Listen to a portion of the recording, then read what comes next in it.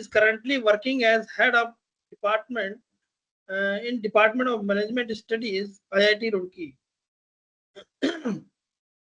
Sir, research interest includes operation management, supply chain management, quality management, IPR, innovation, ethics in management, spirituality, and sir visited many national and international institutes regarding research presentation, and his citation is nearly 4618, H index 37, I10 index in nearly 81. So, he is a recipient of Ram Kumar Award for teaching and research at IIT Roorkee. He conceptualized and initiated 2-year full-time Masters in Innovation and Management at IIT Roorkee. He has some popular MOOC at NPTEL, which are regularly rerunning and also having courses on different education platforms. Today, Dr. Agarwal will be speaking on the topic Ancient Wisdom and Management.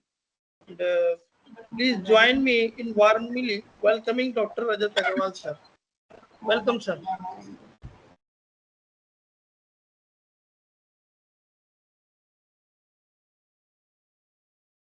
So, Dr. Arora, thank you very much. Hope I am audible. Yes, sir. Yes, sir. Okay, perfect. Thank you.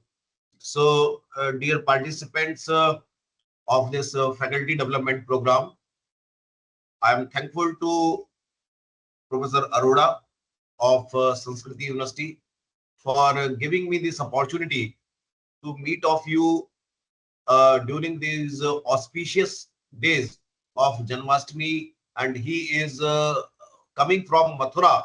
So this gives us even more pleasure that through him we are getting the divine blessings directly from the place of Krishna. So thank you very much for organizing this FDP in these periods and giving us blessings of Lord Krishna from Vrindavan and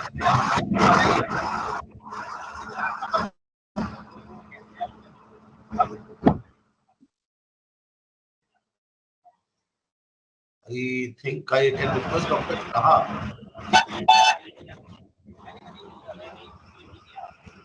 Dr. Harish. Dr. Harish, kindly mute. Okay, thank you. So I was listening this informal conversation few minutes back where we are compared to the soldiers and 24/7 kind of work environment we are put in. But I many a time feel that it is our fortunate that we are able to work for most of the time of our day. There are large number of people in this society who are suffering from this problem that they have nothing to do. And here we are so fortunate that we have so many interesting things to do. So it is all blessings of Almighty that we are busy all through the day. Otherwise, people are really worried that they do not have anything constructive to do in their life. And since we all are in academics, we are more fortunate that we can contribute in a very important way for the development of our country, for the development of the society, and give a path which is more harmonious, which is universally accepted, and which can give a path of better civilization to the current kind of, you can say, uncertainties, current kind of adversaries we see in the business environment, in our personal life, in our social life, at the international level. So therefore, I also feel it's my great privilege. This is the third session. Today is the Sunday. So since morning 9 a.m., I am into some kind of lectures continuously. So 9 to 11 was one session. Then from 2:30 to 4:30, I was in another session. And now in the evening, I am fortunate to meet all the Krishna devotees. So it should be taken in a very positive manner. Now, I will like to start my discussion for which we are all here, that Indian knowledge system and management education. The what type of insights we can draw from IKS which are relevant for our understanding of management. So if I have the rights, I will like to share a PPT.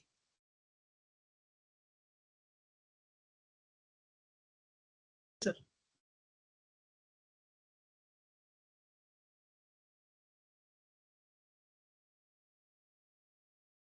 Hope my PPT is visible to all of you. Yes, sir, it is visible. Yes, thank you. So the title of the talk is, and since we are here only for 1 hour, it's already around 7:10. I will like to keep it as short as possible, and then we will open the forum for Q&A, because all of us have some understanding of IKS. There are large number of myths around IKS, so I will take this opportunity that if we discuss and we try to overcome those myths with whatever little knowledge I have.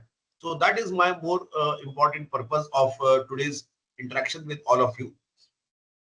So we are going to discuss that how the Western management has a very limited and biased view of the management, and therefore based on our Indian understanding, Indian knowledge system, we need a thought of management which is more universally acceptable.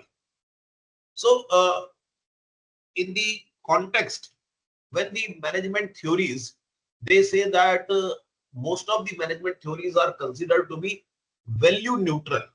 Whatever theories you use these days in your research, in your teaching, in your practice, they are considered to be, they show that they are value neutral. But the way they define neutrality, this itself is a very questionable matter. It is not actually the neutral, it is still a biased way, and we will explain that how it is a biased way in our coming discussion. Now, you see that the management which is coming from the mainstream discussions, whatever you teach right now in your classes, it has two, three very important aspects. One is it is more towards the self-interest. That is the most important thing. Second is identifying the opportunities, and therefore the current management thoughts are more in line to make human being opportunist. And the third important dimension of the current management theories is profit maximization. So you can say that current discussions are around these three things. My self-interest. Now self-interest can be individual, self-interest can be of my organization. Then identifying the opportunities so that I can maximize my profits. So you can see that most of the discussions in management are happening around these three aspects only. Now, in this case, we have exploited this word like anything. When we are looking only our self-interest, somehow we also believe that all the resources which are available in this world are for our consumption, are for our exploitation. And when we have this kind of ideology, we become kind of a exploiter to the natural resources. So Western models, which are more rooted into, into the individualistic identities around material development and around competitions. We have to win the competition. We need to. Excuse me, sir. Yes. Sir, some participant request for Hindi also. You can, for better understanding, they can also request for the Hindi. You can use Hindi. I mean, चलिए अभी थोड़ा mix use कर लेंगे। जी sir. जी, तो जो western models है उसमें हम व्यक्तिवादी ज्यादा हो गए। इंडिविजुअलिस्टिक मींस व्यक्तिवादी, कि हम इंडिविजुअल्स के ऊपर ज्यादा फोकस कर रहे हैं, मटेरियलिस्टिक डेवलपमेंट के ऊपर ज्यादा फोकस करते हैं। हमारा जितना भी सक्सेस का पैरामीटर है वेस्टर्न वर्ल्ड में, वो सब मटेरियल डेवलपमेंट के आधार पर है, चाहे वो जीडीपी हो, चाहे वो पर कैपिटा इनकम हो, चाहे वो किसी भी तरीके का हमारा डेवलपमेंट का पैमाना हो, आपका एनर्जी कंजम्पशन हो, आपका स्टील कंजम्पशन हो, यही कुछ पैमाने हैं which are indicator of our development, and all these scales of development are around materialistic progress, and we have to win the competition at any cost. तो ये जो वेस्टर्न थॉट्स हैं ये केवल हमको इन्हीं चीजों की तरफ ले जाते हैं, जबकि अगर मैं ब्लैक एंड व्हाइट में देखूं तो वेस्टर्न थॉट्स के मुकाबले जिस चीज को हम आईकेएस बोलते हैं, हालांकि चूंकि मेरा सेशन आज सबसे लास्ट सेशन है इस पूरे आपके एफडीपी का, तो मुझे ऐसा लगता है कि आपको ये तो काफी हद तक क्लियर होगा कि व्हाट इज आईकेएस। तो I don't want to go into the debate of what is IKS. इसमें मैं थोड़ा सा ये कहना जरूर चाहूंगा कि हो सकता है मुझसे पहले आने वाले जो स्पीकर्स रहे हो सबका अपना अपना आईकेएस का एक मत होता है, बट मेरा ये मानना है कि what ever knowledge is developed in India, it may be in Sanskrit, it may be in Tamil, it may be in Bengali, it may be in any other Indian vernacular language, that all is Indian knowledge system. तो जो भी knowledge Bharat में पैदा हुई है, चाहे वो knowledge Brajbhasha की उसमें क्यों ना हो, जरूरी नहीं है कि वो संस्कृत में हो, ब्रजभाषा में जो नॉलेज लिखी हुई है वो नॉलेज भी आईकेएस है हमारे हिसाब से। और ये सब चीजों को अगर मैं जोड़ लूं तो हमारा जो इंडियन व्यू बनता है वो इन चीजों के आसपास घूमता है। कलेक्टिविज्म, सामूहिकता, हम इंडिविजुअल की बात नहीं करते, हम कलेक्टिव सक्सेस की बात करते हैं। आर्य समाज का नाम आप लोगों ने सुना होगा। आर्य समाज में भी ये कहा जाता है सबकी सफलता में ही अपनी सफलता समझनी है। So we are a society which believes in collectivism, spirituality. हम केवल मटेरियल डेवलपमेंट की बात नहीं करते हैं, हम आपके आध्यात्मिक डेवलपमेंट की बात करते हैं। तो जो विदेशी पैमानों से अगर हम अपनी प्रोग्रेस को आंकेंगे, maybe we will never be able to become what West has become. So we have to create our own scale of development. Some of you may be knowing कि भूटान जैसे देश ने एक स्केल बनाया जिसका नाम है ग्रॉस नेशनल हैप्पीनेस, GNH। उन्होंने कहा कि जो भी कुछ प्रगति होनी है वो इसलिए होनी है कि हम किस तरीके से खुश रह सके, और उन्होंने जीडीपी की अवधारणा को GNH में कन्वर्ट कर दिया कि देखते हैं कि हम खुश हो रहे हैं या नहीं हो रहे, हमारे नागरिक खुश हो रहे हैं तो हम प्रोग्रेस कर रहे हैं। और अगर हम बहुत ज्यादा पैसा कमा भी ले, लेकिन अगर हमारे जो लोग हैं, हमारे जो सिटीजन्स हैं, वो अगर खुश नहीं रह पाते हैं तो उस पैसे का क्या फायदा। तो उन्होंने अपना एक पूरा कॉन्सेप्ट क्रिएट किया भूटान जैसे छोटे से देश ने, जिसको अब यूनाइटेड नेशंस और बड़ी बड़ी संस्थाओं ने भी स्वीकार कर लिया है, ग्रॉस नेशनल हैप्पीनेस। तो हमारा जो इंडिया का इसमें खास तौर से रोल हो सकता है कि हम अपनी केवल भौतिक उन्नति को उन्नति ना माने, भौतिक उन्नति के साथ साथ हम आध्यात्मिक उन्नति किस तरीके से कर रहे हैं वो भी एक बहुत इंपॉर्टेंट चीज है, और वो वास्तव में अपने विकास का सही मूल्यांकन हो पाए। सस्टेनेबिलिटी, हम कोई भी चीज भारतीय ज्ञान परंपरा में शॉर्ट विजडम के लिए नहीं करते, छोटी चीज के लिए नहीं करते, हम उस चीज में ज्यादा विश्वास रखते हैं जो लंबे समय तक चलती रहे। आप में से बहुत सारे लोग जानते होंगे भारतीय ज्ञान परंपरा में एक शब्द आता है, और मुझे ध्यान है शायद क्योंकि आप लोग मथुरा में हैं तो मथुरा के पास आगरा है, या तो आगरा या रोहिलखंड में थोड़ा सा कंफ्यूज हूं। इन दोनों में से किसी एक विश्वविद्यालय का, या तो आगरा विश्वविद्यालय का या रोहिलखंड विश्वविद्यालय का जो ध्येय वाक्य है, वो ध्येय वाक्य भी यही कहता है, चरे वहती, चलते रहने का ही नाम जीवन है। और वो चलता रहना क्या है? सस्टेनेबिलिटी, कि हम हमेशा गतिमान रहे, चलते रहे, चलते रहे, चलते रहे। और हमें कंपटीशन नहीं करना है, हमको तो हार्मोनी में रहना है। तो ये भारतीय जो विचारधारा है, ये वेस्टर्न विचारधारा से काफी एक तरीके से कंट्रास्टिंग विचारधारा है।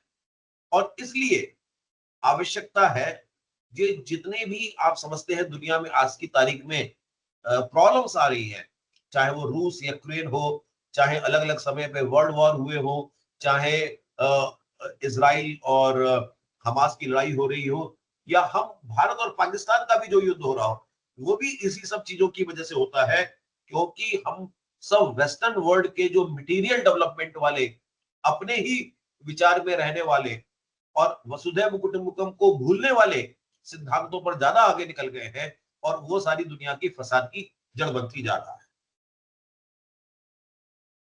अब देखते हैं मैनेजमेंट एज ए डिसिप्लिन। आप थोड़ा मुझे ये बता दीजिए कि मेरी स्लाइड आगे बदल रही है? यस सर, चेंज हो रही। और अब तो हिंदी में भी थोड़ा मैं बोल रहा हूं, तो सबको ठीक से समझ में आ रहा होगा बात। और मैं आप सबसे रिक्वेस्ट ये करूंगा कि जहां पर भी किसी भी विषय पर आपको कोई भी डाउट हो, या आप अपना कुछ उसमें इनपुट देना चाहते हो, तो चूंकि मैं अब ये प्रेजेंटेशन कर रहा हूं, तो मैं आपको देख नहीं पाता हूं, इसमें ये थोड़ी समस्या है। तो आपको हाथ ऊपर करके अपने आप ही अनम्यूट करके अपनी बात कहनी पड़ेगी, अदरवाइज मैं आपको मौका नहीं दे पाऊंगा, या ना आपकी चैट विंडो देख पा रहा हूं इस समय, क्योंकि मेरे स्क्रीन पर ये पीपीटी आ गई है पूरी। मैनेजमेंट विषय के बारे में जब हम बात करते हैं, तो मैनेजमेंट किस तरीके से समझा जाए। आप में से हो सकता है बहुत सारे जो प्राध्यापक बंधु हैं वो मैनेजमेंट के हो, और बहुत सारे हो सकता है ना हो मैनेजमेंट। तो यदि आप गूगल पे जाएं और व्हाट इज मैनेजमेंट, इसको अगर डाल के देखने की कोशिश करें, तो बहुत ही अलग अलग प्रकार की डेफिनेशंस मैनेजमेंट की मिलती है। एक जो सबसे सिंपल डेफिनेशन मैनेजमेंट की मिलती है, management is an art of taking work from others.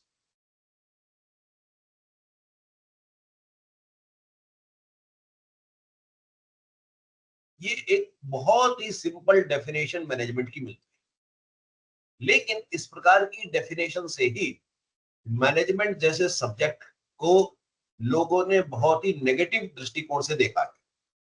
No, management is, अगर दूसरे से काम करवाने की कला का नाम है, कि मैं एक मैनेजर हूं और मैं अपने सबॉर्डिनेट से किस प्रकार से काम करवाऊं, ये अगर मैनेजमेंट है, तो उसमें क्या समस्या है?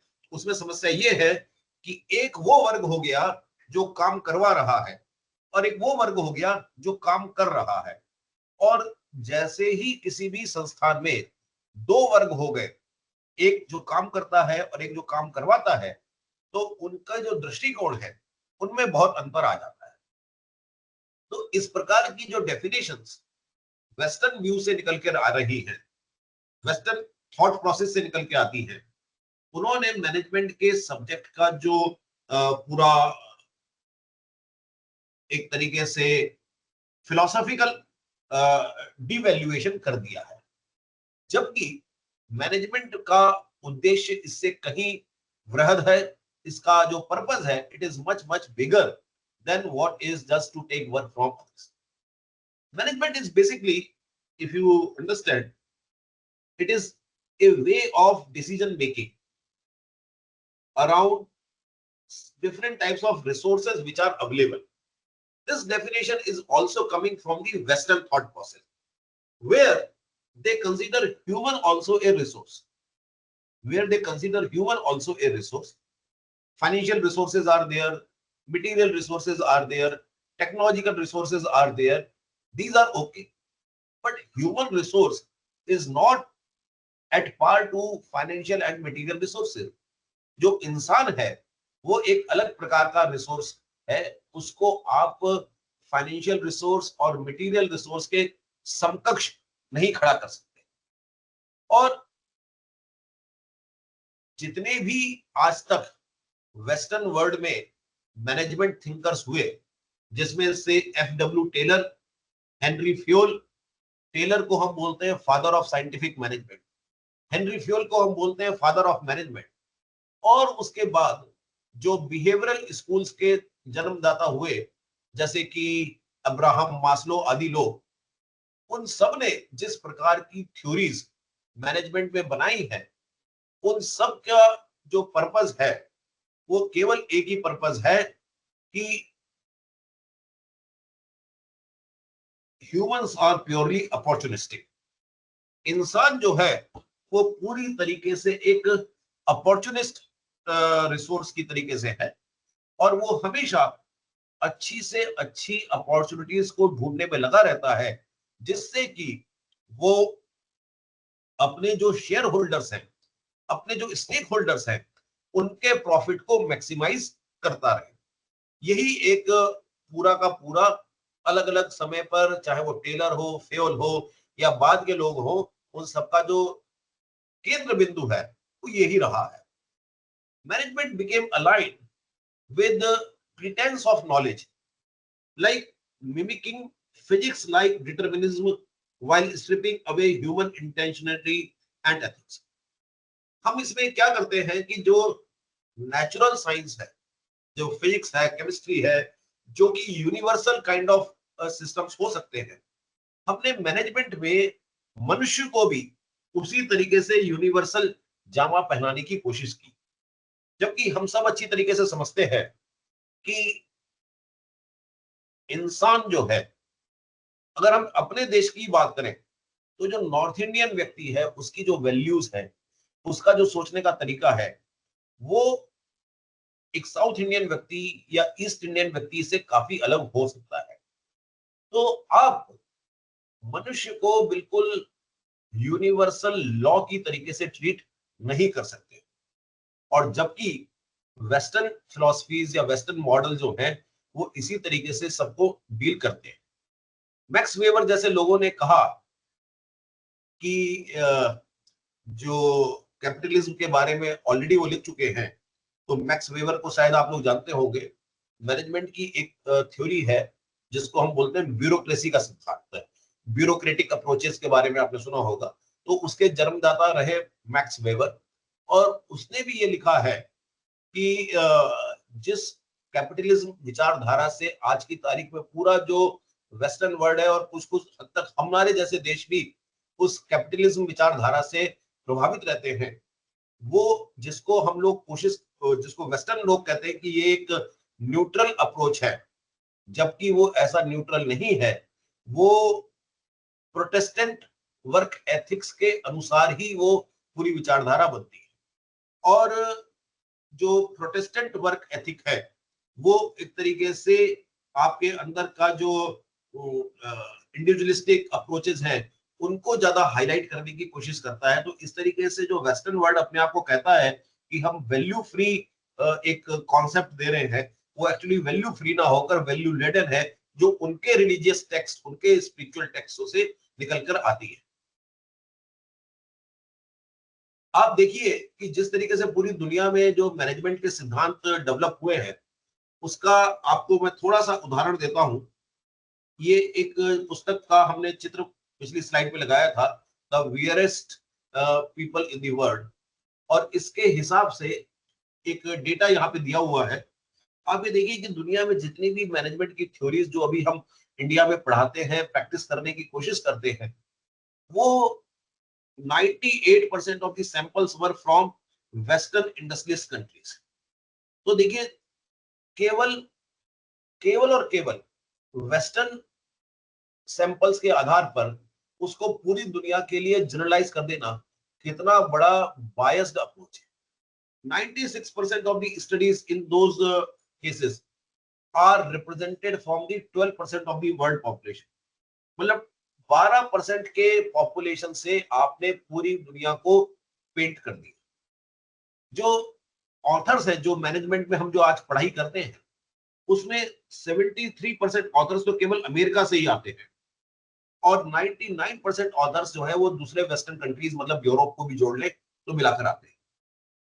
सो बाकी जो पूरा एशिया और अफ्रीकन ये सारे जो कंट्रीज हैं उनका इसमें कंट्रीब्यूशन ऑलमोस्ट नेग्लिजिबल है ही नहीं।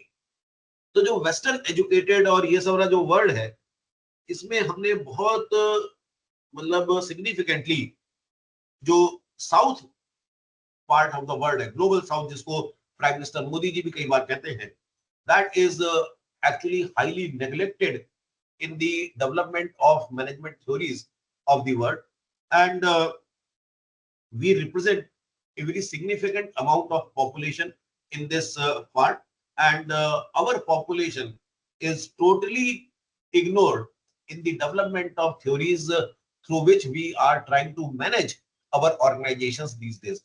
In fact, you can understand a very common practical problem.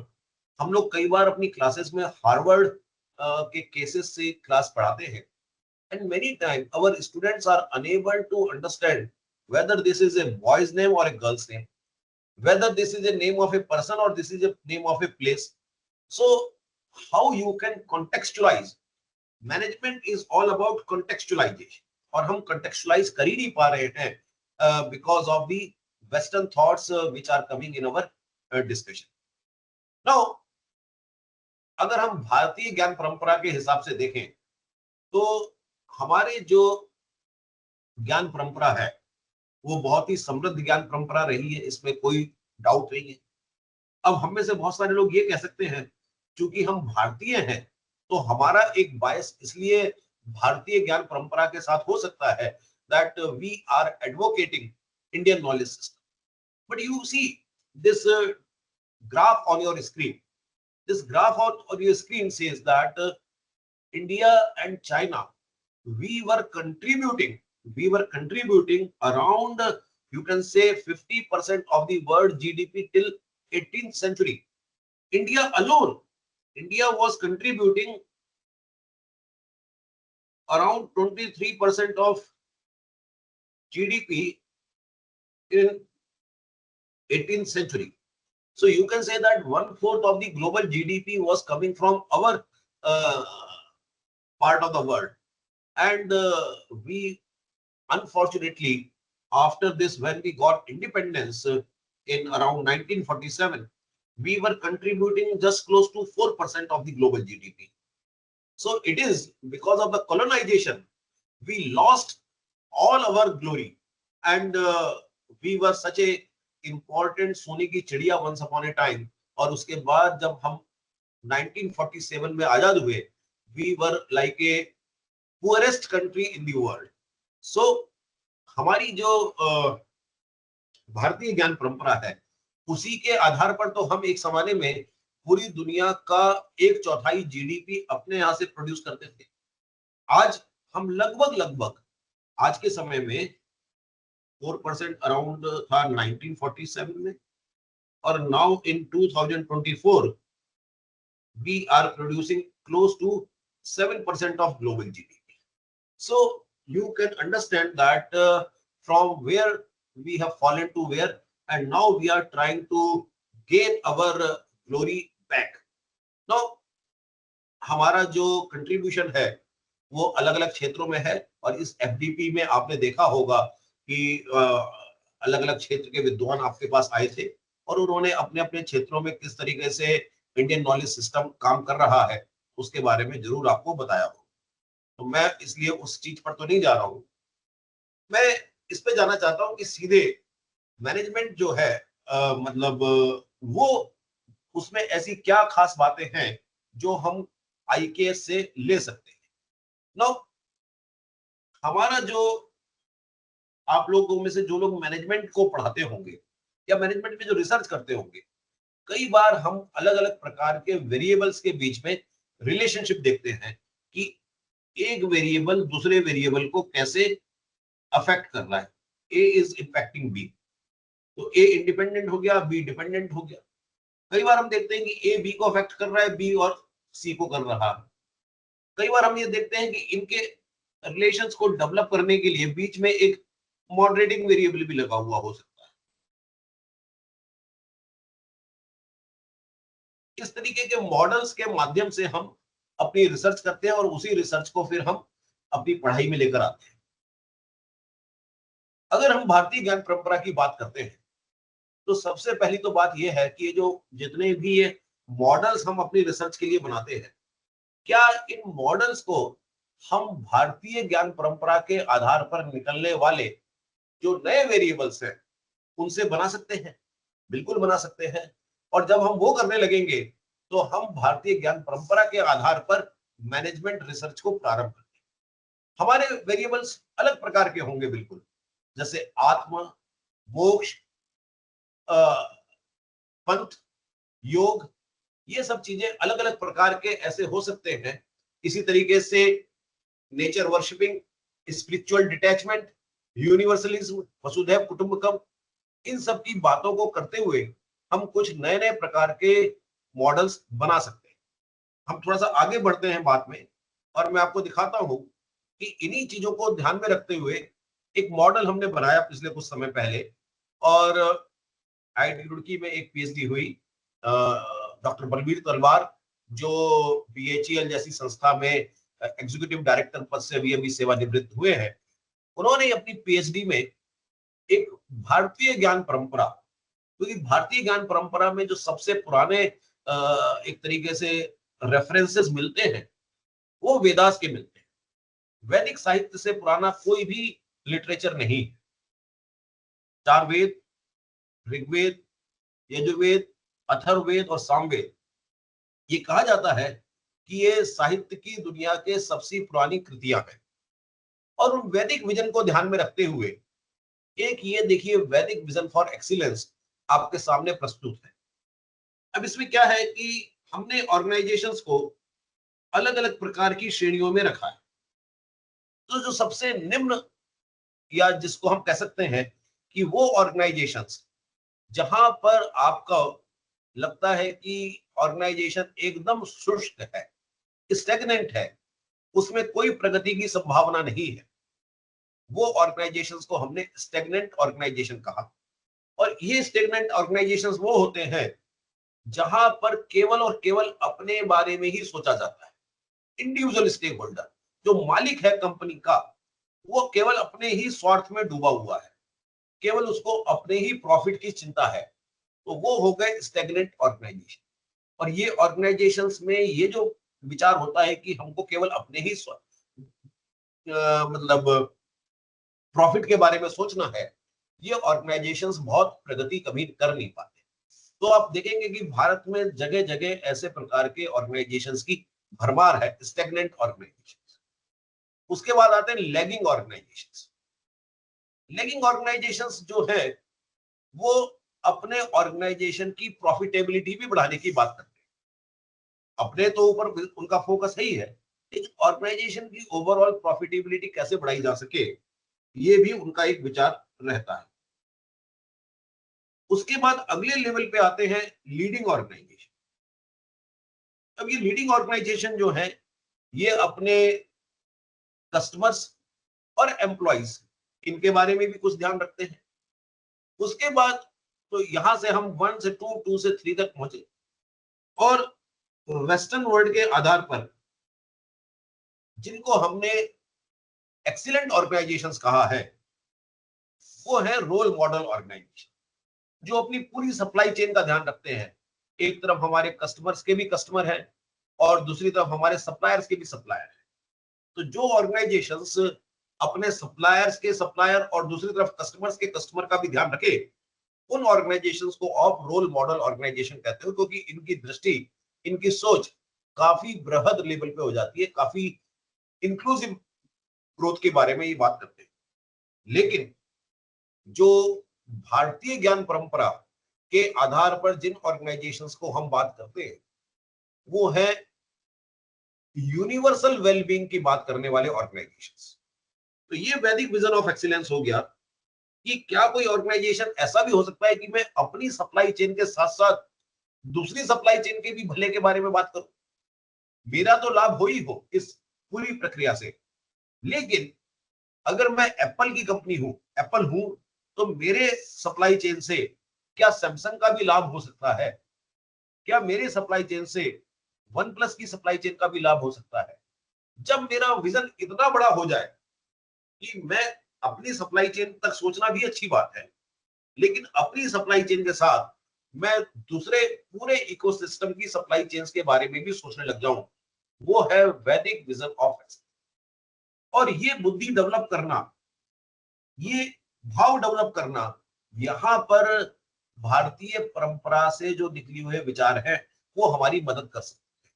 Otherwise अगर कोई ऑर्गेनाइजेशन जो अपने पूरे सप्लाई चेन की चिंता करता है, हमारे हिसाब से वो एक बहुत ही आदर्श ऑर्गेनाइजेशन।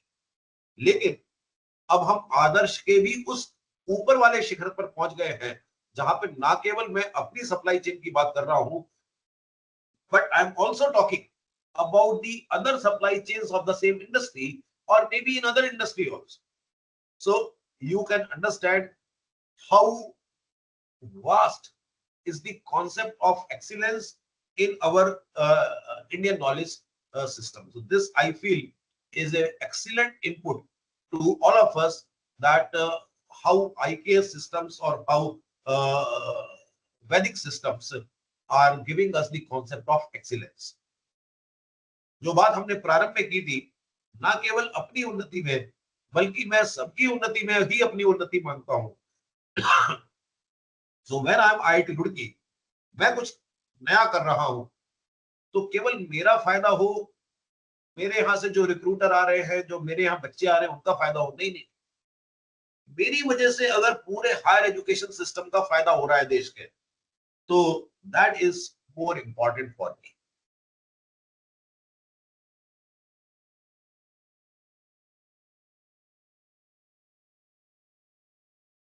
जिस तरीके से हम अभी बात कर रहे थे, अगर हाँ इसमें अभी हम लोग लगभग आधे घंटे से ज्यादा बात कर चुके हैं, अगर किसी का भी कोई प्रश्न हो तो थोड़ा पहले प्रश्न ले लेते हैं, फिर आगे की बात करते हैं।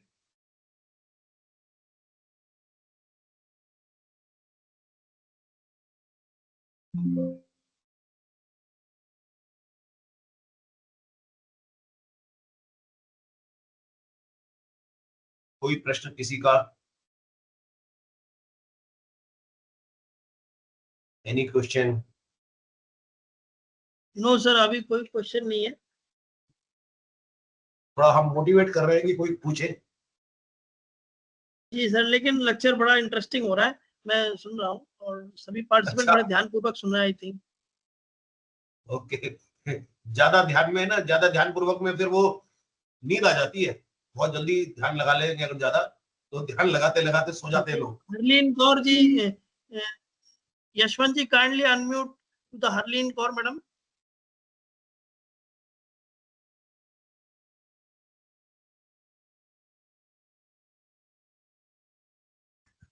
हरलीन कौर, यशवंत जी।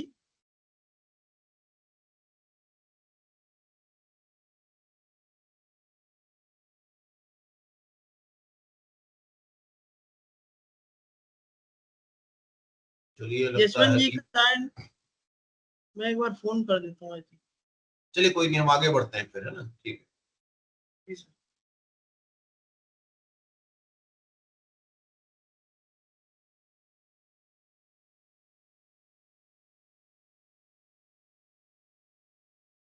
जैसे मैं अभी थोड़ी देर पहले बात कर रहा था that we have to create a lot of interesting parallels so that we can shift from modern means Western world to Indian approaches. For example, many of you, आप लोग जो मैनेजमेंट में हैं और जो मैनेजमेंट सब्जेक्ट से नहीं भी हैं, they may be knowing about the Maslow's need hierarchy, कि किस तरीके से व्यक्ति मोटिवेट होता है, और उसमें हम मास्लो की एक बहुत पॉपुलर नीड हायरार्की थ्योरी को पढ़ते हैं कि 5 लेयर्स में व्यक्ति को हम मोटिवेट करते हैं।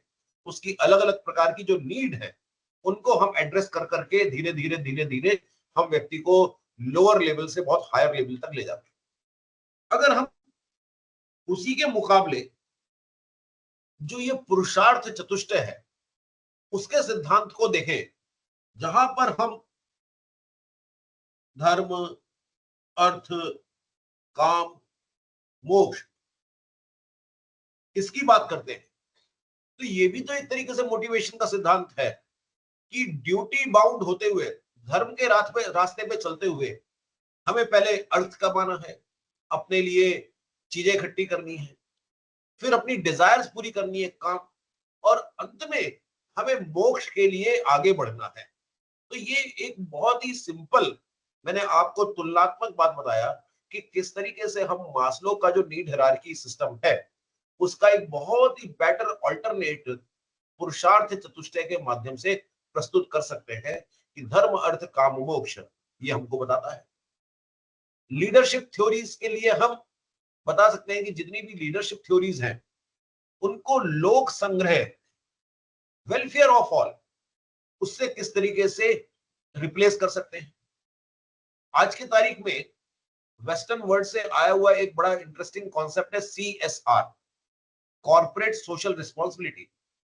आप सब लोग हमारे देश के अलग अलग हिस्सों से हैं, चाहे आप मथुरा से हो, आगरा से हो, बरेली से हो, झांसी से हो, लखनऊ से हो। देखा होगा देश में आपने बहुत सारी जगह SD कॉलेजेस चलते हैं, बहुत सारी जगह DAV कॉलेजेस चलते हैं, बहुत सारी जगह इसी प्रकार के और स्कूल्स, धर्मशालाएं, अग्रसेन कॉलेजेस वगैरह चलते हैं। ये सब वो संस्थाएं हैं जो समाज ने अपने पैसे से खड़ी की। तो ये जो CSR का कॉन्सेप्ट है तो बहुत बाद में आया। हमारे देश में एक ऑलरेडी एक ऐसा कॉन्सेप्ट चलता था जिसको हम बोलते थे वेदांतिक ट्रस्टीशिप कॉन्सेप्ट, कि ये जो सब हमने समाज से कमाया है ये समाज के लिए ही है, ये हमारा नहीं है, हम तो केवल इसके रक्षक हैं। ये सब चीजें जो है इस समाज की, ये समाज के लिए ही है। और हमने इस सब चीजों के माध्यम से एक CSR का बहुत ही बढ़िया ऑल्टरनेटिव, जो गांधी जी के सर्वोदय आंदोलन में भी देखने को मिलता था कि किस तरीके से उन्होंने ट्रस्टीशिप मॉडल को आगे बढ़ाया। इसी तरीके से मैं आपको ये एक गीता के 2 श्लोक दिखाना चाहता हूं यहाँ पर, कि हम में से जो लोग रिसर्च करते हैं, जिनको हमने अभी थोड़ी देर पहले आपको बताया था कि A से B, B से C और D, E अलग अलग प्रकार के वेरिएबल्स का क्या यूज हो सकता है रिसर्च के मॉडल्स में। आवश्यकता है एज ए फैकल्टी कि हम वो मॉडल्स भारतीय ज्ञान परंपरा के आधार पर बनाना प्रारंभ करें।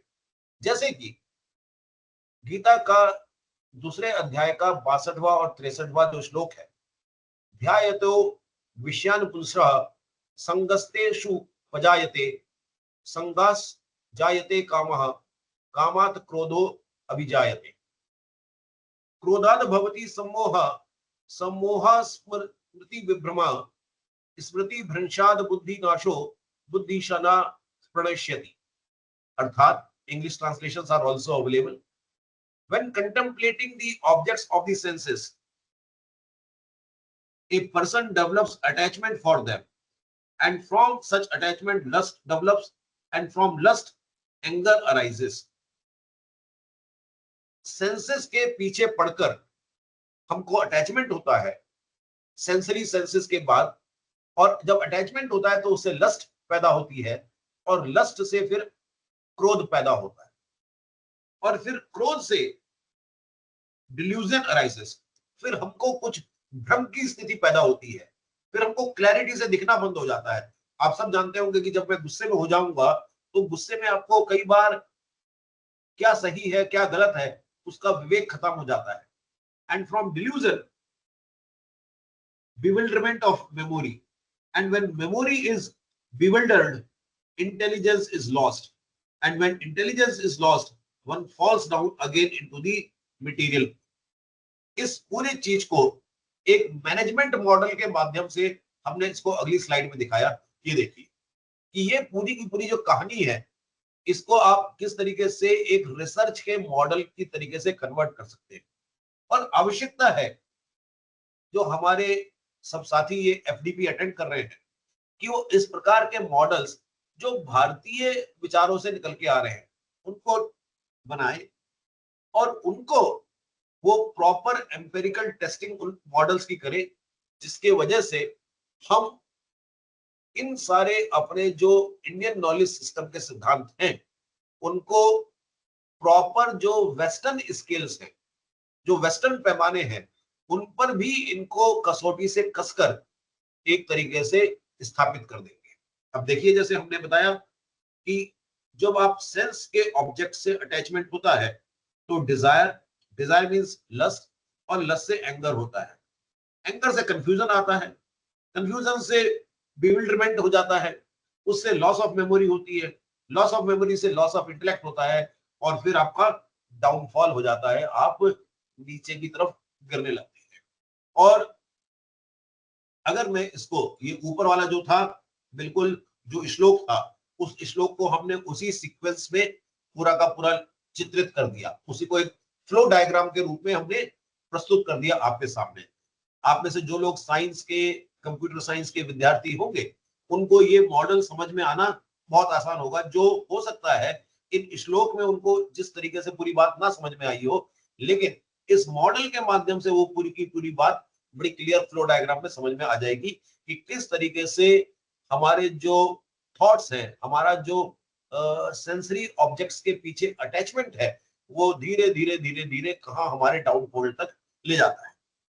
और इसी चीज को अगर थोड़ा सा मैं और पॉलिश कर दूं, इंटेलेक्चुअली उसको डेवलप कर दूं, तो ये आपको दिखता है कि कोई भी व्यक्ति है, उसके थॉट, अटैचमेंट और डिजायर वो किस तरीके से उसके गोल्स को, यदि ग्रीड या एंगर, या तो वो ग्रीड में चला जाएगा या वो एंगर में चला जाएगा, अल्टीमेटली अनहैप्पीनेस में, उसके दुख के कारण में कन्वर्ट हो जाए।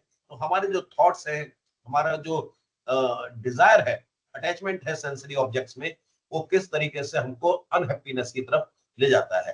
तो कहने का पर्पस ये है कि इस तरीके के बहुत ही सुंदर जो सूत्र हैं वो हमारे अलग अलग लिटरेचर में उपलब्ध है।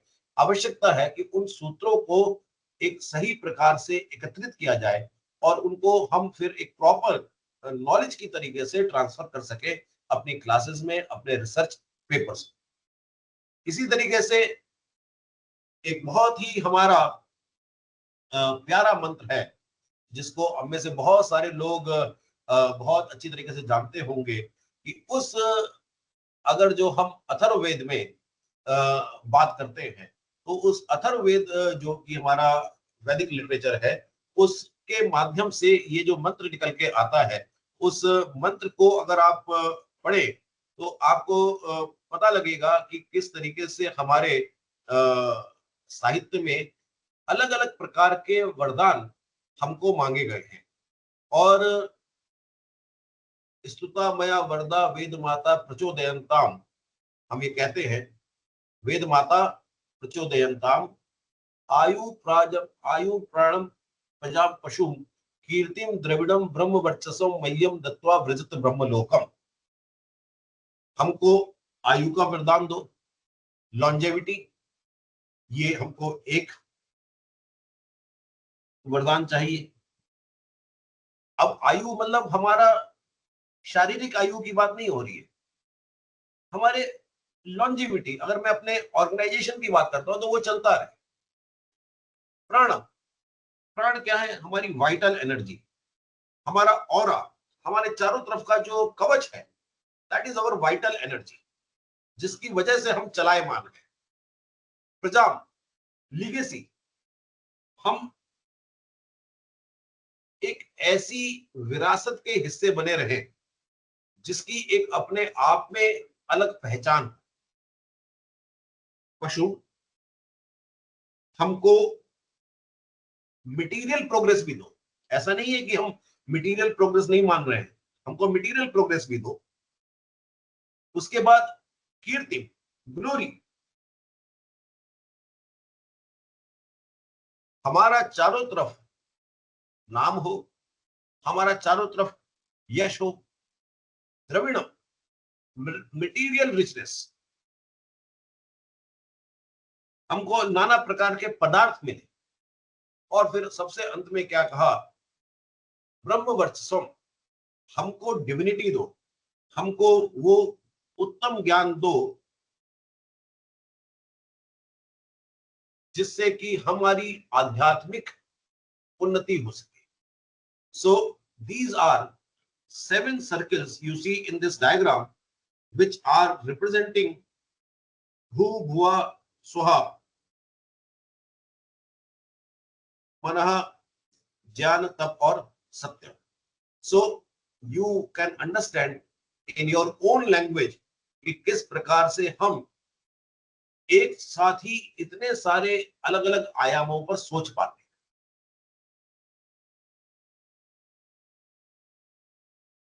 अब थोड़ा सा जो कठिनाई आ रही है उसके बारे में भी बात करते हैं.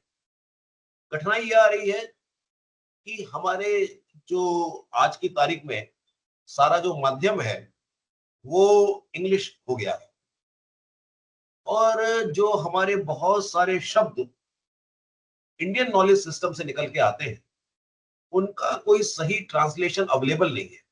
And because we do not have correct translations, we actually distort the meaning of those terms. For example, Atma, Dharma, Moksha, we are trying to convert them into soul, ethics, salvation, etc. But they are not the correct translation. Contextualization, that is another problem, that every place in this world have a different context. So something which may be correct in one context may not be correct in the other context. But when the Western scholars, they are trying to create universalism in the management thoughts, they are against the idea of contextualization. And therefore, for many, many years, the supremacy of Western thoughts are there because they are the dominant voice in the management field. Therefore, that is also an important agenda, that we need to establish contextualization of the management thoughts. People in different part of the world may think differently. अब जैसे छोटी सी ही बात मैं आपको बताता हूं कि हमारे देश में जब कोई महिला गर्भ धारण करती है तो कानूनन रूप से आप बच्चे का जो लिंग है, क्या जेंडर है, वो नहीं पता कर सकते. भारत में कानूनन अपराध है. जबकि आप यूरोप और अमेरिका, उन देशों में जैसे ही पता लगता है कि प्रेगनेंसी है, वहां तुरंत ये पता लग जाता है कि बच्चे का वो बच्चा है या बच्ची है, और उसके हिसाब से ही वो पूरा उसका जो 9 महीने का जो उसका पीरियड है, वो उसका जो इलाज है, उसका जो ट्रीटमेंट है, वो उसी हिसाब से चलता है कि ये बालक है या बालिका है. तो अब वो जो कॉन्टेक्चुअलाइजेशन है वो और हमारे यहाँ जो उसके बारे में विचार है वो बिल्कुल अलग अलग है. हमको खतरा लगता है कि यदि किसी वजह से ये पता लग जाएगा तो जो कन्या भ्रूण हत्या जैसी समस्याएं हैं वो और बढ़ जाएंगी.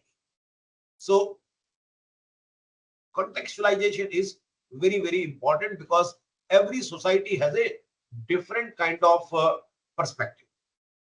We need to understand that when we are trying to universalize the management thoughts, we are actually diluting the meaning of those concepts. So it's a danger for Western world also, that what they want to communicate, they will not be able to communicate because of the dilution of the thoughts, because of the context, language type of challenge.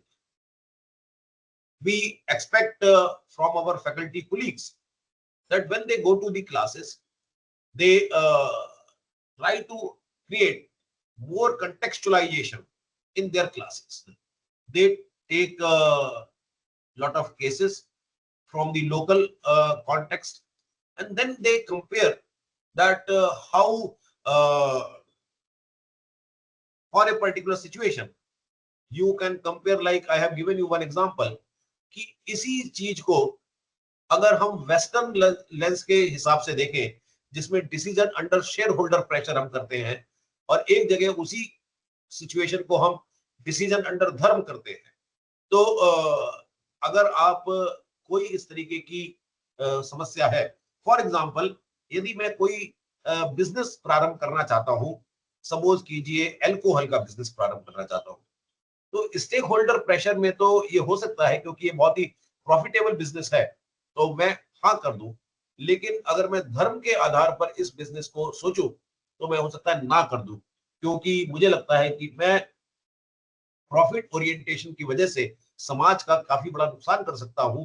तो decision under धर्मा उसी चीज के लिए बिल्कुल opposite आपको answer दे सकता है। तो जब तक हम इस तरीके के कॉन्सेप्ट्स को लेकर क्लास में नहीं जाएंगे, हम आईकेएस का जो सही पर्पस है वो शायद नहीं बता पाएंगे, क्योंकि हमारा अभी आईकेएस का पर्पस केवल इतना रहता है, कई बार मैंने देखा है कि जब हमारे पास कोई वेस्टर्न थॉट अवेलेबल होता है तो हम केवल इतना उसको बता देते हैं कि भाई ये चीज तो भारतीय ज्ञान परंपरा में भी है, ये चीज तो महाभारत में भी कही हुई है, ये चीज तो पंचतंत्र की कहानी में भी कही हुई है, ये चीज तो वेद में भी कही गई है। उससे पर्पस सर्व नहीं होता है। पर्पस सर्व होता है कि हम उससे एक दूसरा बेहतर ऑल्टरनेटिव दे पा रहे हैं या नहीं दे पा रहे हैं समाज को। अब जब मैं कह रहा हूं कि आप decision under shareholder pressure versus decision under dharma की चर्चा क्लास में करेंगे, और जब बच्चे को ये लगेगा कि हम डिसीजन अंडर धर्मा अगर करते हैं तो वो ज्यादा बेहतर डिसीजन हो सकता है, जिसमें कि सबका इंटरेस्ट की बात हो जाएगी, तो वो आपको एक तरीके से ज्यादा आसानी से आईकेएस को स्थापित करने में मदद करेगी। ड्यूअल रीडिंग लिस्ट, एक अच्छी किताबों की सूची बनाएं, जैसे कि अर्थशास्त्र, हितोपदेश, त्रिपुरल, ये सब चीजें जो हैं वो आपको काफी मदद कर सकती हैं, जिनके माध्यम से आप ये बता सकते हैं कि भाई पीटर ड्रकर और पोर्टर के सिद्धांत और इन जो हमारे भारतीय ज्ञान परंपरा की चीजें हैं, इनमें किस प्रकार से क्या फंडामेंटल डिफरेंस क्या है, ब्लैक एंड व्हाइट में क्या डिफरेंस है। जब तक हम बच्चे को ब्लैक एंड व्हाइट में डिफरेंस नहीं समझा पाएंगे, तब तक वो एक कंफ्यूजन का सा माहौल बना रहेगा और लोग सोचेंगे कि ये केवल एक दिखावटी चीज है, इसमें कोई गहराई वाली बात नहीं है। तो हमको ब्लैक एंड व्हाइट में बहुत सारी चीजों को अपने आप को भी समझना पड़ेगा और उसके बाद जाके क्लास में उन चीजों को सही तरीके से समझाना पड़ेगा। कंपैरेटिव कॉन्सेप्चुअल मॉडल्स, मैंने थोड़ा देर पहले ही आपको जैसे मास्लो और पुरुषार्थ चतुष्टय आदि की बात की थी। इसी तरीके से रिसर्च और हाइपोथेसिस बिल्डिंग के बारे में भी मैंने आपको एक मॉडल बना के अभी दिखाया कि किस तरीके से हम गीता के श्लोकों के आधार पर ऐसे टेस्टेबल हाइपोथेसिस मॉडल्स बना सकते हैं, जिसको कि आप पूरे रिसर्च मेथोडोलॉजी के हिसाब से टेस्ट भी कर सकते हैं। तो ये भी एक बहुत इंटरेस्टिंग काम हो सकता है हमारे साथी बंधुओं के लिए। एक्सपेरिमेंशियल, अभी हमारा लगता है समय थोड़ा होता जा रहा है, तो बस कुछ एक्सपीरियंशियल लर्निंग भी कर सकते हैं। करिकुलम में भी हमको काफी इनोवेशन करने की आवश्यकता है। आईकेएस को किस तरीके से इन्फ्यूज किया जाए जिससे कि ऐसे भी ना लगे कि हमने आईकेएस को जबरदस्ती उसके ऊपर एक फोर्सफुली रख दिया है। It should be very well integrated in our existing curriculum. हमको ये स्थापित कर ही दिया हमने कि management is not value neutral, it is actually a value laden subject.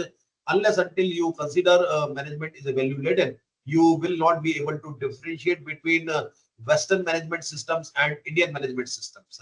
And for many of us, let me tell you that how people have developed a Japanese style of management, which is much different from American and Western style of management. So already there are examples that management is more context specific phenomena, not a universal phenomena. So West was trying to establish a universal phenomena so that हम पूरी दुनिया में जहां भी जाएं हम अपने तरीके से ही मैनेजमेंट को रन कर सके। लेकिन जापान की सक्सेस और जापानीज आइडिया की भाई एक जापानीज सिस्टम ऑफ मैनेजमेंट भी हो सकता है, वो उसने ये स्थापित कर दिया। और चूंकि भारतीय सभ्यता, भारतीय गौरवशाली इतिहास, जब हम पूरी दुनिया का 1/4 जीडीपी पैदा करते थे वो अपने आप में इस बात को समझाने के लिए पर्याप्त है कि हमारा जो मैनेजमेंट सिस्टम है, जिसमें हमारा 3-4 जो कॉन्सेप्ट हमने बताए बहुत इंपॉर्टेंट, एक है कि किस तरीके से हम यूनिवर्सल वेलबींग की बात कर रहे हैं, हम हार्मोनी की बात कर रहे हैं, हम कोऑपरेशन की बात कर रहे हैं, हम वसुधैव कुटुंबकम की बात कर रहे हैं, हम ना केवल अपने स्टेक होल्डर या अपनी सप्लाई चेन तक सीमित हैं, बल्कि हम दूसरों की सप्लाई चेन के लिए भी एक पॉजिटिव रास्ता बना रहे हैं। तो ये सब जो चीजें हैं, ये आईकेएस को western world of management philosophy से एकदम अलग खड़ा करती है। और आज के लेक्चर के लिए चूंकि 1 घंटा लगभग हो रहा है, मैं सोचता हूँ इतने सूत्र पर्याप्त हैं। आईकेएस में मैनेजमेंट के ऊपर हम काफी काम कर रहे हैं। बहुत सारे लोग जब आईकेएस में मैनेजमेंट की बात करते हैं तो कई बार हम लोग केवल गीता स्पेसिफिक बात करते हैं, कई बार केवल हम रामायण की बात करते हैं, कई बार हम केवल रामचरितमानस की बात करते हैं, कई बार हम केवल अर्थशास्त्र की बात करते हैं। हम हितोपदेश और पंचतंत्र की कहानियों से भी बहुत सारा मैनेजमेंट सीखते हैं। हम तिरुक्कुरल से भी मैनेजमेंट सीखते हैं। तो नाना प्रकार के ऐसे हमारे पास रिसोर्सेज अवेलेबल है जिनसे हम मैनेजमेंट सीखते हैं। लेकिन अगर मुझे सिस्टमेटिकली अपनी क्लास में मैनेजमेंट को पढ़ाना है, सो उसके लिए ये बहुत जरूरी है कि एक पूरा इस नॉलेज को जो इतनी डिस्ट्रीब्यूटेड है उसको एक जगह लाया जाए और उसको फिर एक टेक्स्ट बुक की तरीके से, एक नहीं मतलब नाना टेक्स्ट बुक उससे डेवलप होंगी, उसको फिर ले जाकर क्लास में पहुंचाने की जरूरत है। So I think this is around 1 hour 10 minutes now. If any questions are there, I'm ready to answer them.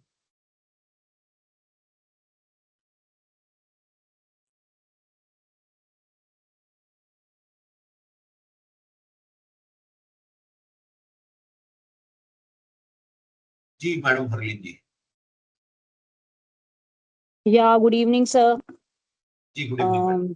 Yeah, sir. First of all, I extend my thanks कि we got the opportunity from an IIT professor to get this lecture. Sir, basically, I'm not a management person. I'm a science person. But my question is like, in the beginning only, you are just telling about Western management and all that. These things have brought up the ideology of human resources. But sir, before also, like whenever we hear about India and Indian traditions, like there was no dignity of labor. I mean, पुरानी चीजों से systems के बारे में हम पढ़ते हैं, caste system था और ह्यूमंस के लिए कोई मतलब लेबर के लिए कोई डिग्निटी नहीं थी. अगर आज भी हम बात करते हैं तो वर्क कल्चर की, then people appreciate western work culture is better. I mean there you get more dignity for your work appreciation, and that is why most of the brain drain हो रही है. बहुत सारे स्टूडेंट्स भी and most of the people Indians are shifting to western culture. तो यहाँ पर मतलब कहाँ पर हम लैग कर रहे हैं कि सस्टेनेबिलिटी नहीं कर पा रहे हैं, हमारे ही बच्चे बाहर जाते जा रहे हैं. और चाहे हमने भी देखिए मैडम, जब वेस्ट ने पूरी दुनिया को कॉलोनाइजेशन से प्रभावित किया था, खासतौर से यूरोपियन कंट्रीज ने, तो उस समय वहां पे लेबर की डिग्निटी जीरो थी, क्योंकि वो क्या करते थे, हमारे देशों से और अफ्रीकन देशों से जिनको पकड़ पकड़ के जहाजों में ले जाते थे और स्लेव्स बोलते थे उनको, और वो स्लेव्स पे काम करते थे। और वो पूरी दुनिया में चाहे रंग भेद हो, चाहे किसी भी प्रकार की चीजें हो, उन सबके जो जन्मदाता है वो वेस्टर्न थॉट्स के लोग ही हैं। अब आप, ये वाली बात है कि 900 चूहे खा के बिल्ली हज को चली, तो वो उन्होंने जितने अपने कुकर्म, जितने पाप करने थे वो कर लिए। अब उन्होंने सोचा कि अब ये जो बात है ना कि हमारे यहाँ जो लेबर की डिग्निटी नहीं है, कास्ट सिस्टम है, हम एक दूसरे को बड़ी गिरी हुई नजरों से देखते हैं कि अगर कोई हमारे यहाँ सपोज कीजिए सफाई कर्मचारी है, कोई अगर हमारे यहाँ पे सड़क पे झाड़ू लगा रहा है, कूड़ा उड़ा रहा है, तो हम उसको काफी लो एस्टीम में मानते हैं। और उसका कारण यही है कि जो इतने 200-250 वर्षों तक उन्होंने हमारे ऊपर राज किया, तो उन्होंने ये सारे बीज हमारे समाज में इतने गहरे बो दिए कि हमारा अपनी जो पूरी पास्ट था, हमारी जो अपनी संस्कृति थी, उसके ऊपर से थोड़ा थोड़ा विश्वास कम होता चला गया है। जबकि किसी एक समय में आपने खुद देखा कि श्री कृष्ण ने किस तरीके से वो जब यज्ञ हुआ तो जो चप्पल रखने का काम है या झूठे पत्तल उठाने का काम है, वो कृष्ण ने खुद अपने हाथों से करने की कोशिश की थी, और वो हमारे असली ज्ञान परंपरा वो है। तो जो आज के तारीख में हमारे समाज में हमको चारों तरफ दिखता है, वो भारतीय ज्ञान परंपरा से नहीं है। वो जो दूषित वेस्टर्न थॉट्स हैं, उनकी वजह से हमारे अंदर इतने विकार पैदा हो गए हैं। इसलिए ये ज्यादा कठिनाई वाला मामला है, और बहुत जरूरी है कि हम ये समझें कि सही क्या है और गलत क्या है। तो सर ये तो अब ऐसा हो गया कि अब हम उनके जैसे हो गए हैं और वो हमारे जैसे हो गए हैं सारा, मतलब they are turning vegetarians, we are like adopting them. और लेकिन सर देखिए उससे ऐसा, पहले भी हाँ ब्लेंडिंग हो गई है आई थिंक बहुत ज्यादा। और इसको रिवर्स कैसे किया जाए, जैसे आपने बोला क्लासरूम में हम अपने बच्चों को कैसे मोटिवेट करें, and how can we stop them like from moving to from here, यहाँ से पढ़कर सारे गूगल और सब जगह जा रहे हैं, नासा में इंडियंस ही हैं जो सब जगह जाए हुए हैं, यहाँ पर हम उनको कैसे रिटेन करें? आई मीन ये can you give us some practical या टिप्स? प्रैक्टिकल टिप्स में सबसे पहली बात तो ये है कि हमें अपनी चीजों पर जब तक गौरव नहीं होगा, तब तक हम आगे नहीं बढ़ सकते। अभी क्या है कि हम अपनी चीजों को, हमको लगता है कि भारत में बहुत प्रदूषण है, भारत में क्वालिटी ऑफ लाइफ नहीं है, यहाँ तो नलियां नालियां जो है वो ओवरफ्लो रहती हैं, यहाँ पर तो कुत्ता बिल्ली सड़क पर शुशु पॉटी कर देते हैं, यहाँ पर तो किसी भी प्रकार का ट्रैफिक सेंस नहीं है, लोग सड़कों पे थूक देते हैं। और इन सब चीजों की वजह से हमारी जो यंग जनरेशन है, उनको लगता है कि विदेश में एक बेहतर क्वालिटी ऑफ लाइफ होगा, और हम उस बेहतर क्वालिटी ऑफ लाइफ की तलाश में विदेश में चले जाते हैं। तो जब तक हमें अपने चीजों से प्रेम नहीं होगा, और वो प्रेम कैसे होगा, जब तक हम अपने लिटरेचर को नहीं पढ़ेंगे। मेरा सबसे बड़ा विनम्र अनुरोध है, क्योंकि आप सब लोग आईकेएस का ये एफडीपीआर पढ़ रहे हैं, तो कम से कम कोई भी एक पुस्तक जिसको भी आपको अच्छी लगे, आप चाहे रामचरितमानस को मान लें, चाहे आप रामायण को मान लें, चाहे आप गुरु ग्रंथ साहिब को मान लें, चाहे आप तिरुकुरल को मान लें, चाहे आप गीता को मान लें, किसी भी एक पुस्तक को अपने परिवार में पढ़ने का एक कल्चर डेवलप करें। और जब आप उसको पढ़ने लगेंगे, केवल पढ़ना नहीं है रिचुअल के लिए, उसको थोड़ा सा समझने की भी कोशिश करने लगेंगे, तो देखिए कि धीरे धीरे जो मिरेकल है वो होने लगेगा। सो हम मतलब कोई दूसरा व्यक्ति हमारी कल्चर को उधारने नहीं आएगा। कोई दूसरा व्यक्ति, जैसे जैसे ही देखिए इस ऑपरेशन सिंदूर में हमने थोड़ा सा अपने पैरों पे खड़े होकर ये लड़ाई जीती बिना किसी सपोर्ट के, तो देखिए पूरी दुनिया का सपोर्ट हमसे भाग गया। पूरी दुनिया जो है वो कह रही है, अब उसको आप राजनीतिक रूप से किसी दृष्टिकोण से देख सकते हैं, लेकिन बात असली यही है कि जैसे ही आप अपने पैरों पे खड़े होने लगेंगे, दुनिया का सपोर्ट आपसे खत्म होने लग जाएगा। और वो एक बहुत अच्छा सूतक है कि यस, अब हम अपने स्वाभिमान पर वापस लौट रहे हैं। क्योंकि जो मैकाले की पूरी कोशिश थी वो यही तो थी कि हमारा स्वाभिमान खत्म हो जाए, और जब हमारा स्वाभिमान ही खत्म हो गया तो हम निश्चित रूप से नासा में अपनी प्रगति देखते हैं, हम गूगल में अपनी प्रगति देखते हैं, और हम जो जो भी आप सब समझते हैं, कहने की कोई आवश्यकता नहीं है, उन सब चीजों में अपनी प्रगति देखते हैं, ना कि अपने देश में अपनी प्रगति देखते हैं। क्योंकि हमारा जो प्रगति का जो आकलन है वो भौतिकतावादी हो गया ना, कि भाई मेरे पास लंबी मर्सिडीज गाड़ी होगी तभी मैं प्रगति मान रहा हूं अपनी, और मैं अपनी जो मेंटल फैकल्टीज है, मेरे दिमाग की जो डेवलपमेंट है, उसको मैं कोई प्रगति नहीं मान रहा हूं।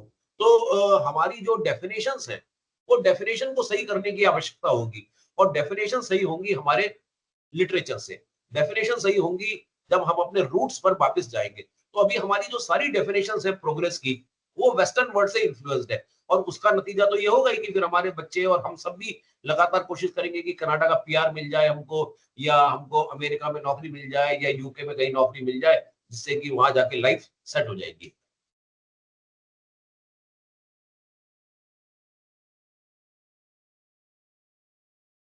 तो या ये तो थैंक एक you very much sir.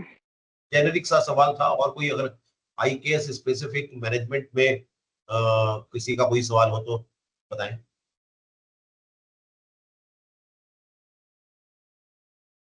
Sir, in your slide, you have discussed about the organizations, self-centered organization, leading organization, role Yes. model organization, and And IKS, and IKS based organization.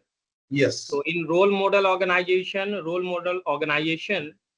take care of all their stakeholders. Yes. But please explain with some examples how IKS help other supply chain.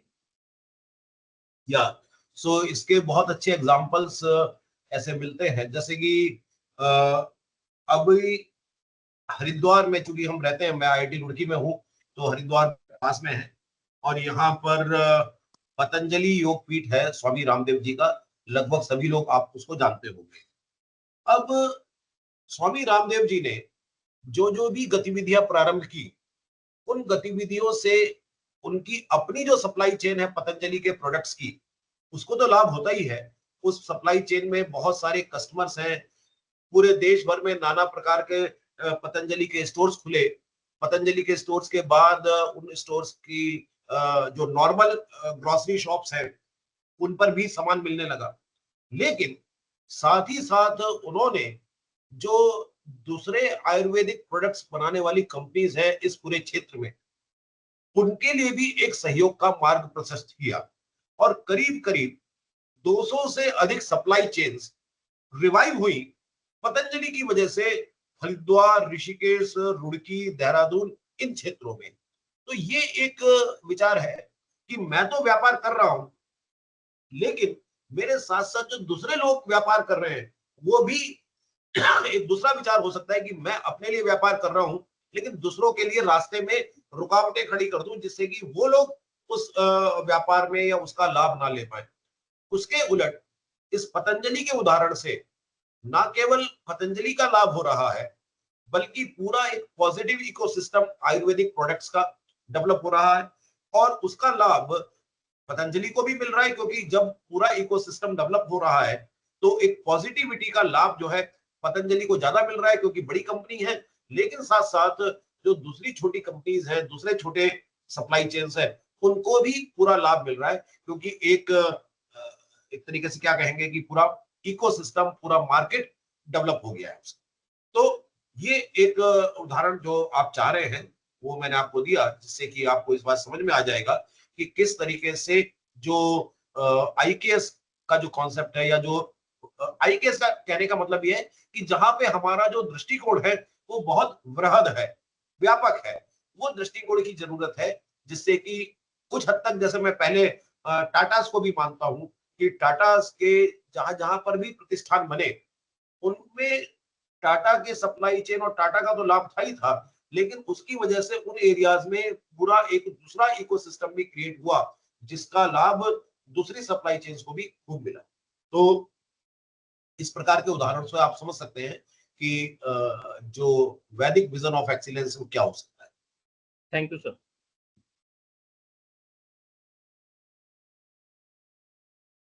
प्रणाम sir, मैं रुमा। हाँ जी।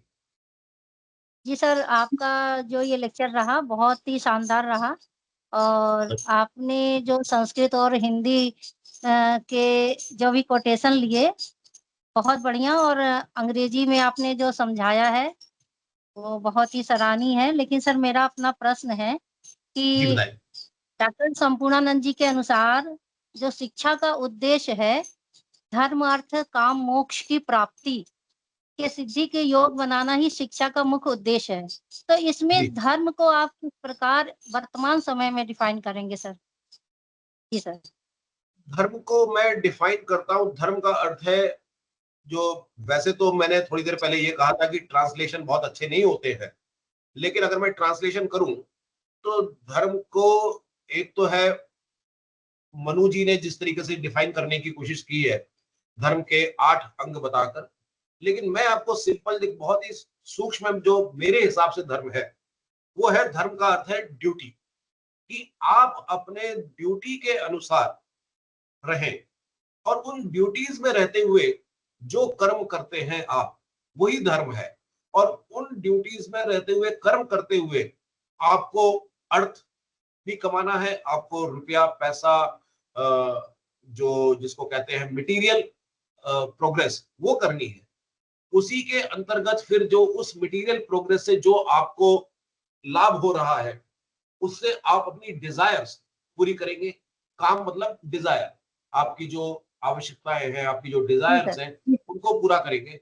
और उसके पश्चात फिर आप मतलब solvation जो मोक्ष का एक हम इंग्लिश ट्रांसलेशन बोलते हैं कि उस तरफ पर आप अपनी यात्रा को आगे लेके जाएंगे। फिर आप उस बड़े उद्देश्य के लिए काम करना शुरू करेंगे। लेकिन ये सब काम होगा, ये जो कर्म होंगे इस सब चीजों के लिए, वो एक ड्यूटी बाउंड सिस्टम में होंगे, उसी को धर्म कहा गया है। ऐसा मैं इस धर्म अर्थ काम मोक्ष के परिप्रेक्ष्य में बताना चाहूंगा। तो यहाँ जी पे सर। धर्म का जो है वो ड्यूटी से ज्यादा है। जी सर, थैंक यू सर। तो डॉक्टर गोपाल जी, मेरे ख्याल से अभी और कोई प्रश्न दिख नहीं रहा है।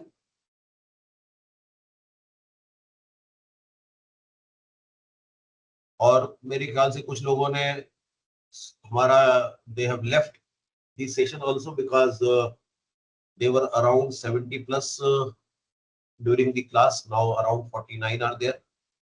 So considering the time is over, people may be leaving.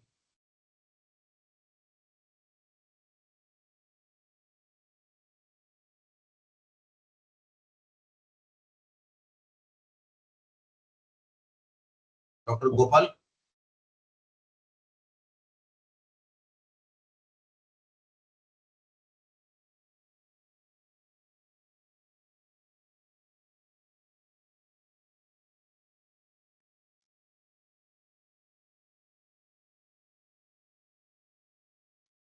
Dr. Radat ji, thank you for your wonderful preparation and experimental lecturer you have given. Thank you, sir. Thank you, Namaskar, for sir. the thanks, sir.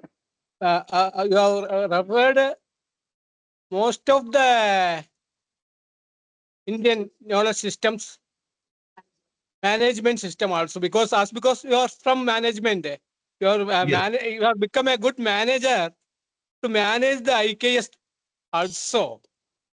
And ध्येयम Gita नाम सहस्रम ऐसे बोला है। या गीता को एक बार पढ़ा तो सब कुछ मिल सकते हैं जी। किसी की आदत में किसी प्रॉब्लम में पढ़ा तो भी इसे ही गीता गुलाकर एक श्लोक पढ़ा तो आपको इसका आंसर मिल जाएगा। ऐसे कहा है गीताचार्य सभी। इसलिए आप तो इतना अच्छी तरह गीता भी इधर उधर रेफरेंस तक दिया है और कैसे मैनेज करना है अपने आप को, ये भी ये रास्ता भी दिखाया है। इसलिए आपको बहुत बहुत धन्यवाद बोलते हैं। और आशीर्वाद दीजिए। आशीर्वाद तो सभी का है। ऐसे है ना, ऐसे बोला है, I want to thank you, Dr. Gopalji, also for Thank you, sir. Thank you. Thank you. for making such wonderful arrangements and making invitation for such wonderful persons who are really having the good knowledge and faith on our IKS. So Thank you, sir. dharma eva hadohandi dharmo rakshati rakshitaha तस्मात् धर्मो न हादव्यः मानो धर्मो हदोवदित बोलते हैं। इसलिए धर्म क्या है अधर्म क्या है इसके ऊपर विचार कर हमारे रजत जी इतना अच्छा बोला, हम तो इतना मन में भी शांति हो गया और इतना नॉलेज भी गेन किया है। तो बहुत बहुत धन्यवाद doctor Rajat ji and doctor Gopal ji for having arranged such wonderful presentation from Sri Rajat ji. Okay. नमो नमः। जी सर। राजेश सर, आपने इतना अच्छा प्रेजेंटेशन किया, हम आपको अश्योर्ड करते हैं कि हम कोई ना कोई एक बुक अच्छे से पढ़ेंगे, जब रामचरितमानस हो या भगवत गीता, जिस पे भी जिसका इंटरेस्ट होगा, एटलीस्ट एक बुक तो हम लोग उसको अच्छे से पढ़ेंगे और उससे कुछ मीनिंगफुल थॉट्स जनरेट करेंगे और उसको रिलेट करेंगे आईकेएस से, और सब्जेक्ट के डेप्थ में जा करके उसको रिलेट करेंगे। और इसके साथ साथ हमारा ये बड़ा सौभाग्य रहा कि आज आप हमारे साथ हमारे बीच आए और आपने इतना अच्छा प्रेजेंटेशन दिया, हम लोगों के आई ओपन किए। और मैं आपका कैसे धन्यवाद करूं, कुछ समझ में आ नहीं रहा कि कुछ कुछ आपके पास कभी मथुरा बुलाइए तो, जिससे कि बस वो दर्शन कराइए जी कृष्णा के सर, बस। जी सर, यही जी यही सर। अपेक्षा है हमसे कभी।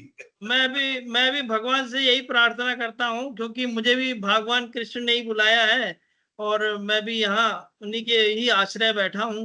आप तो तो है ही गोपाल, आपके तो आप तो खुद ही कृष्ण अवतार है, तो जी जी, आपको तो मैं आपके लिए प्रार्थना करता हूँ कि वो भी आपको भी बुलाएं और आप आए यहाँ पर, और जी जी यहाँ संस्कृति यूनिवर्सिटी में भी आए और हम सभी लोगों को आशीर्वाद प्रदान करें और आशीर्वचन दें। तो sir, now I give vote of thanks. Thank you, sir, for sharing your profound insights on ancient wisdom and management practices for universal excellence and well-being. Thanks to all our participants. Thank you for your enthusiastic engagement, for thoughtful questions and active involvement. Thanks to all. Thank you. Thank you, sir. Thank you, sir, for your nice presentation. Thank you, sir. Thank you, sir.